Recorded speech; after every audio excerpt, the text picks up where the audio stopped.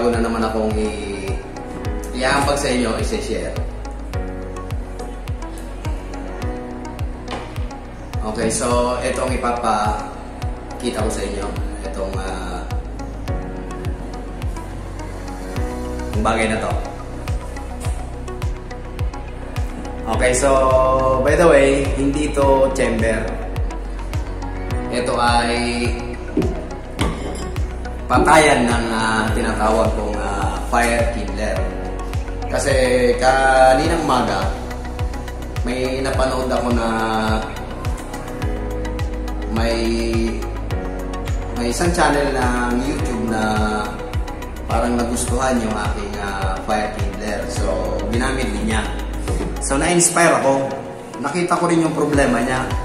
Ang pinaka main problem minsan pagka gumagamit ang fire kindler, yung pagpatay mismo ng ating pansindi. So ito yung una kong ginawa. Single lang yon. Ngayon dinoble ko na. Double na yan. So ganyan lang ang pagkakayari niyan. So dinawalawang layer ko na. So yung mga groove na ito, may pagitan yan dyan.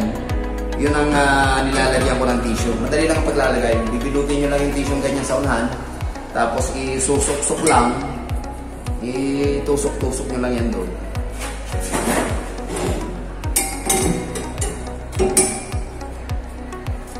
Ganito lang po. I-roll yun ng konti. Tapos tusok. Roll yun ng konti. Tusok. Ganyan lang.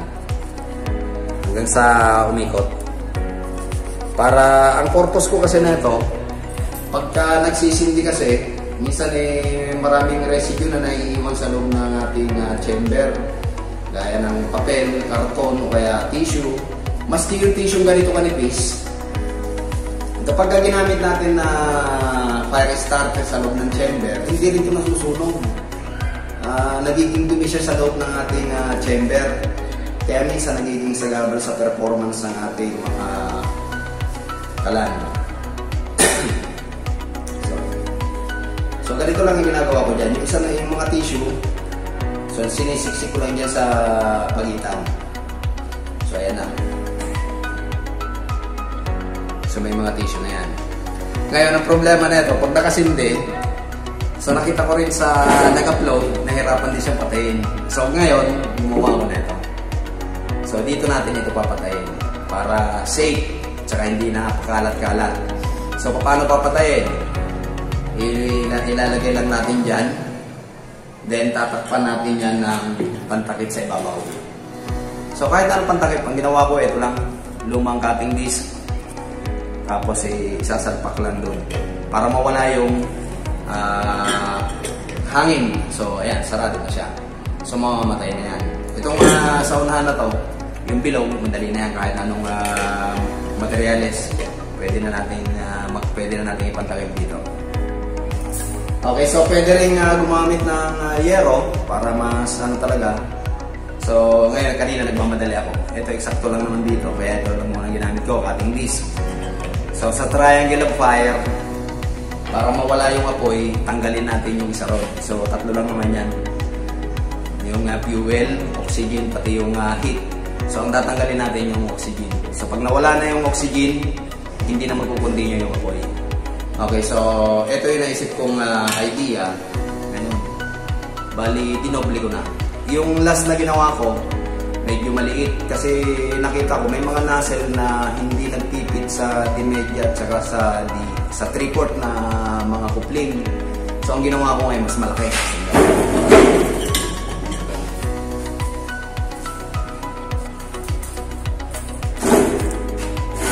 Ganito lang ginawa ko. Napakasimple lang na materials, napakasimpleng gadget para sa gumagamit ng mga kalandi-mantika. Pero napakalaking tulong daw. May mga nag-comment na maganda raw gamitin. So, na-inspire ako. Kaya ngayon, dinoble ko na yung kuha niya. Dinoble ko na para mas mabilis siguro. Ayan, 2 patong na siya ngayon. So, ang magiging problema na ito, yung pagpatay din. Dati hinihipang ko lang ito, mamatay na. Kaya napakalat-kalat. So, ngayon, nagawa na ako ng sarili niyang housing. Total, andito na rin lang tayo. So, nag-isip ako na kung paano ma-i-improve o paano mapapagaan ng mga tao na gumagamit ng ganitong klase ng mga kalan. So, nag-sacrifice ako ng isang chamber. Isang blankong chamber. Wala ring leak ito. Naka full build din lahat yan. Kasi pagka ito nilublob natin, mababasa rin ito ng ating langis. So tatagas. Kaya kung ipapasok mo natin dito, hindi natatagas yung langis. So ito yung naisip kong bagong paraan ngayon. Maski sa single, advisable din na gumamit din ito. Para hindi iwas sunog, iwas kalat, iwas dumi. So kung meron tayong ganito, nakakatabi ng ating kalan, pagkatapos magsindi, pasok natin dyan, shutdown natin, then tapos ang problema. So next time na gagamitin, pinutin na lang natin ulit. Total, meron pa naman natin, basa pa naman yan ng gas o kerosene o gasolina o kombinasyon ng crude o gasolina, pwede ulit natin siya magamit. So kung mapapansin niyo, ngayon ay medyo malaki ang diameter na ito. Yan. Nilakihan ko na. Kasi may mga nozzle na hindi kasya rito. So kaya minsan nilalagay ko na sa gilid. So this time medyo nilakihan ko na. Okay, so advisable lang ito sa gumagamit ng ganito. Marami namang paraan ng pagsisindi nito. Kanya-kanya tayo ng technique. O pwede nga, wala na ito eh. Pero kung gusto nyo may ganito para mapabilis yung preheat, pwede ito. So, nasa sa inyo yan kung gusto nyo gumamit ng ganitong klaseng gadget. So, ganito lang ang tamang procedure niyan. Pagka may apoy dyan, pasok lang dito, tanggalin yung oxygen, takpan yung portion na yan. Pag nawala yung oxygen, automatic magsa-shutdown na yan. Okay, so maghahanap na nga pang takip sa lupa sa gitna.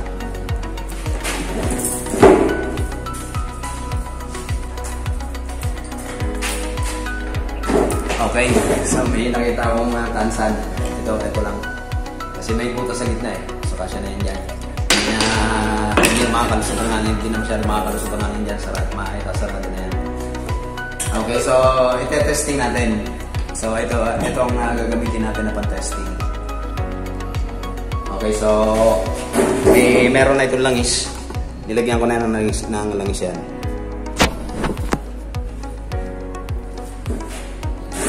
Okay, so may langis na yung ating chamber. So ang i-demo ko sa inyo ngayon kung paano magsisindi. Then kung paano rin pagpatay ng ating chamber. So sa pagpatay ng chamber, kating disc din ang nakita ko. Ito rin. So, tatanggalin lang natin yung oxygen. Papatong lang natin yun dyan para mawala yung oxygen. Then, mamamatay din apoy na yan. Yan, ganyan. Hayaan lang natin yan dyan. Mawawala na yung apoy na yan. So, kasya rin yung tansan. Nasa sa inyo yan. Kung gusto nyo magpagawa ng lata o ganito, cutting disc lang. Pwede na eh. Nahirapan akong mag-bilog-bilog eh. Okay, so ito lang ang mga materials. Kaya, ayan. Ito lang muna ang ating pansamantalang gagamitin. Okay, so let's start. So, meron ako ritong mixture ng pinakita ko sa inyo na ginagamit ko pa pala ng nagsisindi. Pwede wala na ito, pero yung sa iba kasi, pagka naglalagay na ito, masyadong marami yung nilalagay. Masyadong kasi sa gasolina o sa pangsindi. Pero mas maganda na rin yung may ganito kasi mas matagal ang kanyang liyab sa loob para madali tayo mag-preheat. Okay, so simulan na natin. Okay, so may may langis na ito. Paikutan lang ng 3 shot. Tapos babasahin na natin ito ng konti. Konting basa lang, paikot. Para lang mabasa lang yung mga tissue na yan. Tapos pag magsisindi kayo, kasi yung iba maraming takot sa apoy. Huwag kayong magsisindi na malapit sa ating pinaka-burner. Lumayo muna kayo bago natin ilapit ito ron para mas safe. So, lalayo muna. Ayan, i-apoy na. saka natin ilagay sa ating chamber. Yan. Then pagka may apoy na ganyan, sandali, babalik na rin ko lang yung camera. Okay, so pag may liyab na, buksan muna natin yung ating blower ng mahina lang muna, maski sa number 3 lang muna. Ayan. So hayaan lang muna natin siyang mag-init ng kaunti. Hayaan lang muna natin siyang mag-init ng kaunti dyan. Magpipreheat lang ng kaunti yan. Then pagka nakapag-preheat na tayo ng kaunti, pwede na nating i-pull out yan. Yan. Pagka nakita nyo nag-stable na yung apoy doon, pwede nang idiretso yung pag-pull out na ito. So gaya ng mga sabi ko, magiging problema kung paano papatayin itong ating fire kindler. So isuksok lang natin yan sa ginawa kong bagong lagayan. So ilagay lang natin siya ron. Yan. Nandiyan na siya. Saka natin takpan yung ibabaw para mamatay na siya. Ayan. Patay na siya. So, wala nang pakalat-kalat. So, diretso pa rin yung pagliliyab ng ating chamber. So, para hindi lumabas ang usok, takpan natin ng tansyan. Para talagang sarado ng oxygen na wala nang papasok sa kanya. So, solve na yung problema. Okay, so nakapag-preheat na tayo. Pwede na nating lakasan yung ating blower. Ayan. Diretso na yan. Mag-ooperate na ng diretso yan.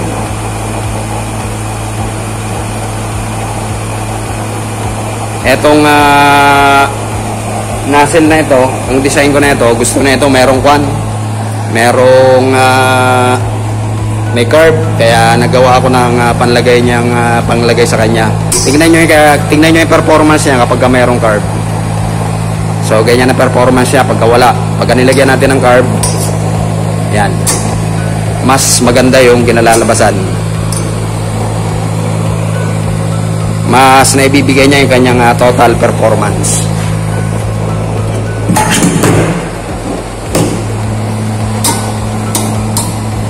So ayan, diretso na yan.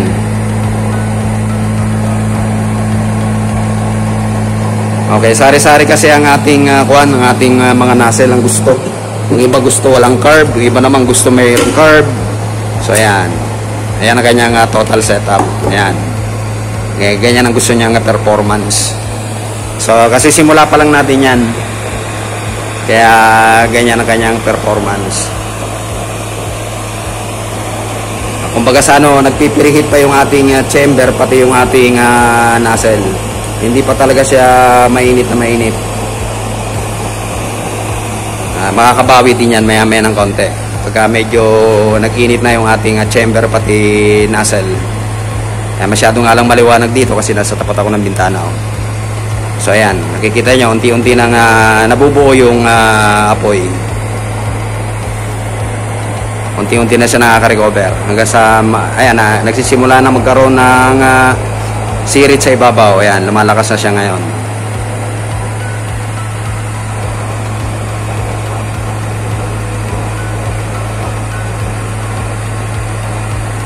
Okay, so malaking bagay yung merong ganitong pansindi, yung ating fire starter or fire kindler. Kasi kung wala yan, kung medyo matatagalan yung ating pagsisindi. Kaya nasa sa inyo kung gusto nyong gumawa nito. Ayan, kita nyo, wala na yung ating apoy. Napatay na siya. Safe na siya ron sa isang lalagyan.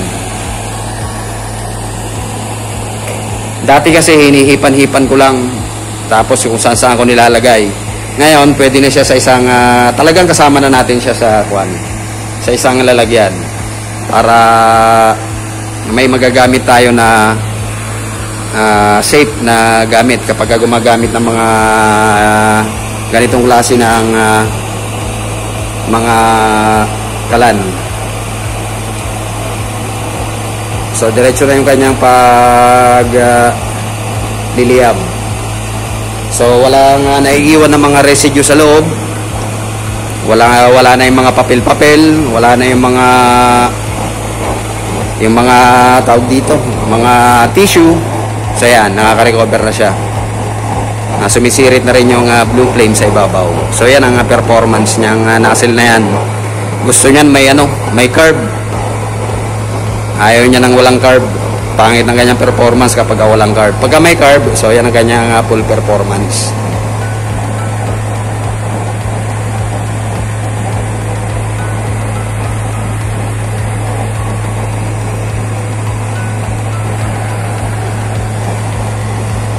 Okay, sana may naitulong ako kung paano maggawa nito. Simple lang naman ito. Yan, ganyan lang ang itsura niya. Supposed to be gagawin kong chamber. So naisip ko, pangpatay na lang, lagayan na lang ng ating fire starter.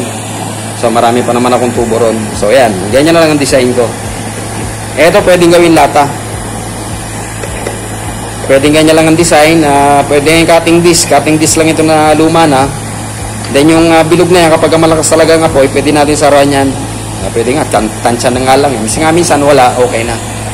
So yan, nakaka-recover na talaga siya. Okay na yung performance ng ating isang ito.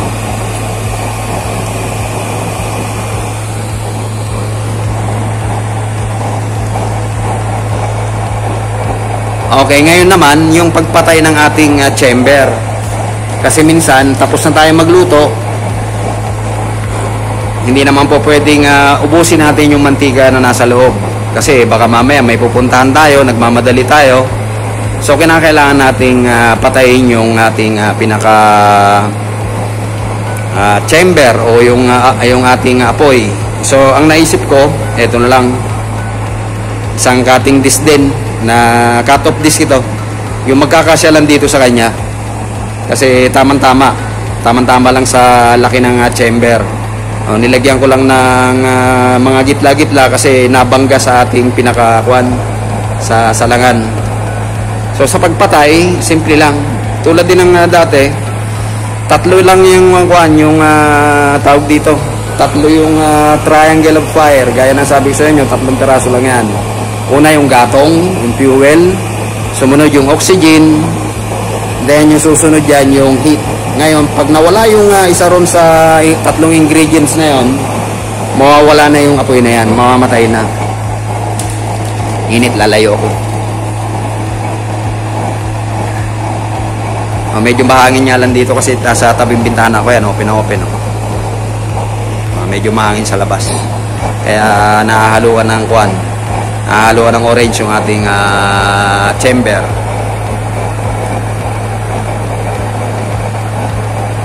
Okay, so isa-shutdown na natin tong ating use oil kalan. Then ipapakita ko paano papatayin yung apoy. Okay, so una muna, tanggalin muna yung mga nasa ibabaw na parte. Gumamit kayo ng ng ply. Siyempre baka mainit yan. So tanggalin muna yan. Kung madaling tanggalin yung carb na yan, tanggalin ninyo. Kung madali tanggalin ha. Kung hindi, dihayaan na lang yun doon. So ayan na. So yan ang ating opening. So sabi ko sa inyo, mas maganda yung meron siyang carb. Gusto niya yung merong carb. So gaya ng gusto ng nozzle na ito. Okay, so ang unang procedure sa pagpatay ng ating kalan. Ang ganda pa naman, sana tatagalan ko pa sana. Kaya lang ang ipapakita ko yung pagpatay ng kalan. Ganyan ang nangyayari kapag lumalakas ang hangin. Pag napapasukan ng hangin, nagkakaroon ng orange. Pero hindi pa rin nagbabago yung ating performance ng ating kalan. Blue flame pa rin siya. Pag nalalagyan nga lang ng hangin, pag nahanginan, nahahaluan ng orange. Akala ko dati langis tubig yung nahahalo diyan. Yung pala sa research ko, hangin pala yung pinaka main diyan. Pag nahaluan siya ng hangin sa loob, yan, nagkakaroon ng ibang reaksyon. Kaya nagkakaroon ng yellow at saka orange flame. Okay, so shutdown na natin itong ating kalan. So ito ang kanyang pressure. Hindi ko na tinodo kanina yan kasi nagde-demo lang tayo. I-shutdown na natin. So pagka naka-shutdown yan ang performance niya. So ang problema, paano natin papatayin yan? Maraming paraan na rin akong sinubok dyan. Yung iba delikado, yung iba okay lang. Kasi yung unang ginagawa ko dyan, naghahagilap ako ng tela, babasain. Minsan nababasa yung loob.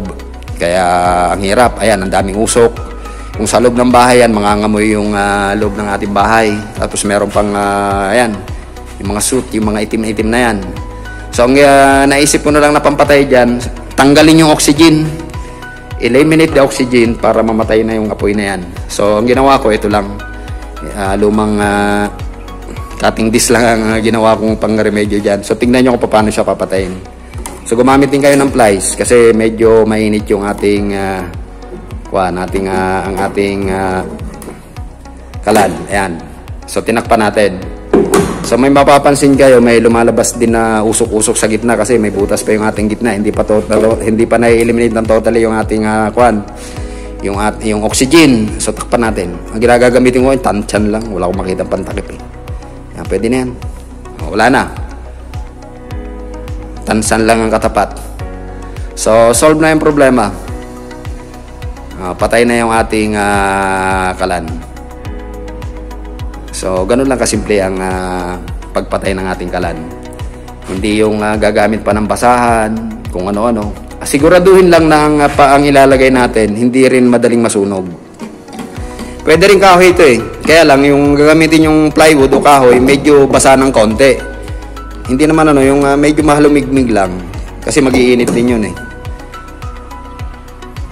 Okay, so normal lang na may mga lumabas pa na konting usok dyan. Pero totally shutdown na yan. Wala na yan, patay na yan.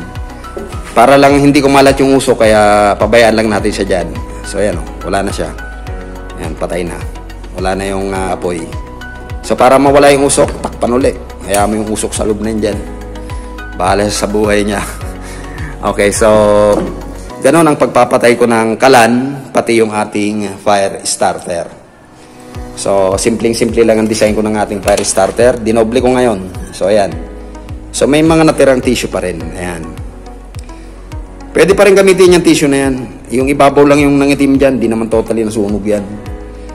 Yung ibabaw lang yung nangitim dyan. Pwede pang gamitin yan sa susunod na pag-re-restart. So, kung mapapansin nyo, yun.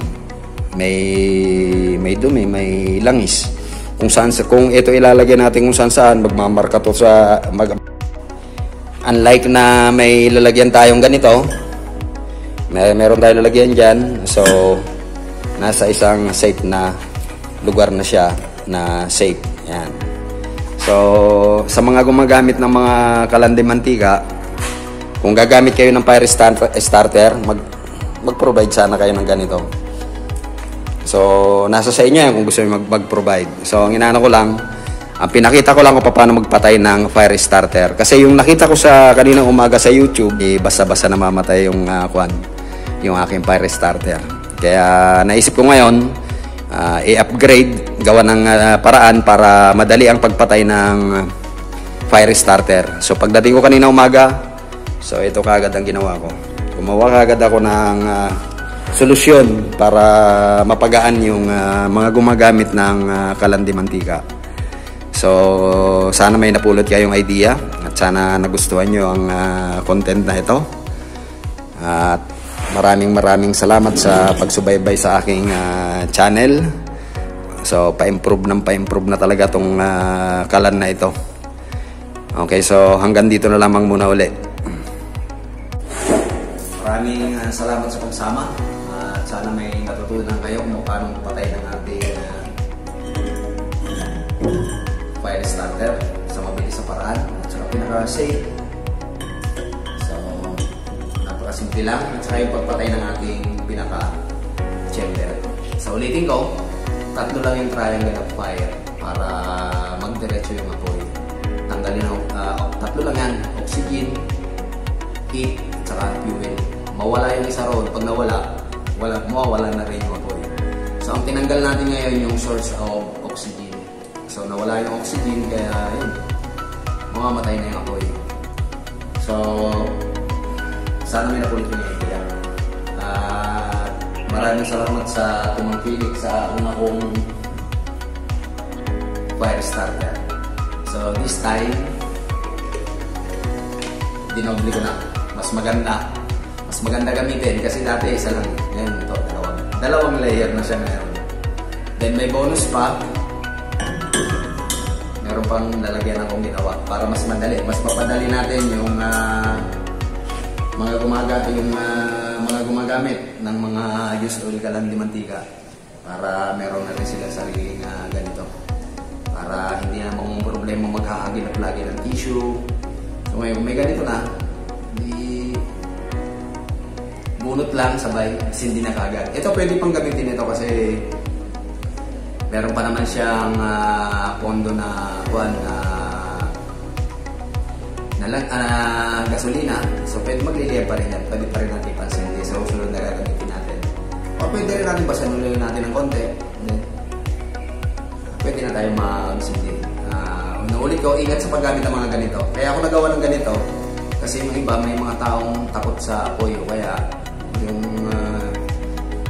minsan hindi nag-isip pag nag-sindi rito, pagka inuna natin ng mixture ng gasolina, minsan malakas ang liyab niyan. Kaya para mas safe, pag nagsisindi, mas malayo sana sa chamber. So para safe. Kaya ganito ang ginawa kong design, mas mahaba sa chamber para paglagay natin, medyo malayo sa apoy. Kasi kung ile-letter ko naman, magiging sagabal. Medyo sagabal lang ng konti, kaya ganito ang design ko.